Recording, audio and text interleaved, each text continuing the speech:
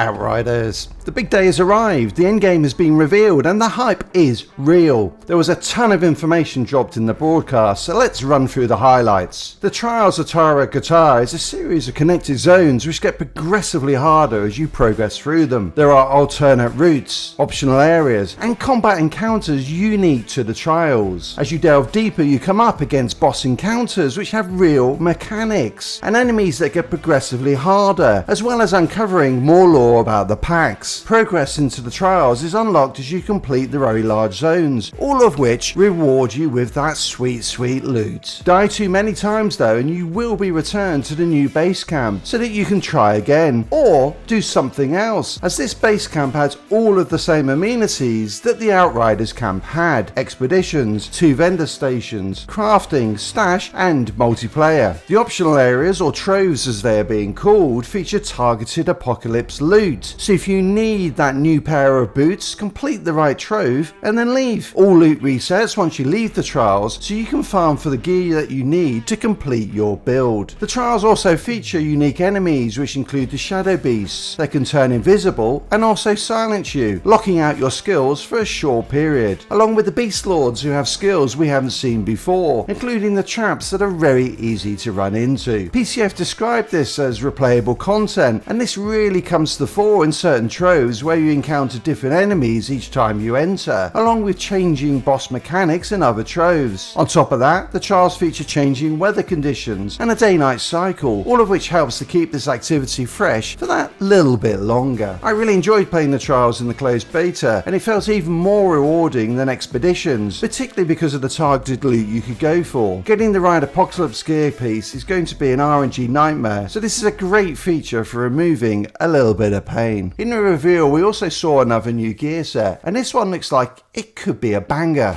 Literally, the Heat Seeker's armor for the Pyromancer has a bonus that chains thermal bombs on successful detonation up to 3 times, dealing less damage each time. The gear set comes with some great looking new tier 3 mods. Thermal reaction, which makes triggering thermal bombs that little bit easier, and comes with a nice anomaly powered buff. Fire Trap adds AoE damage, making thermal bomb chains more likely. Heat Grenade adds a nice AoE anomaly projectile, while Turn Up the Heat makes triggering Phoenix Force to buff your anomaly power that little bit easier. The gear set has the right attributes, and I think it could make thermal bomb builds really powerful against groups of enemies, but it will struggle against solitary bosses though, as your main source of damage, the thermal bombs, will be lost. The reveal also mentioned that the Plague Sower and Torturous gear sets are being reworked so that they remain viable. Well, given they weren't viable before, this sounds like a well-needed buff. The final thing that we saw in the reveal was the Hellborn sniper rifle. Now, I'm not a fan of sniper rifles, but to be fair,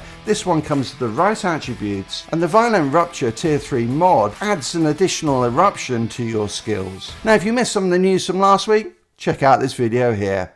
Till next time, Casual out.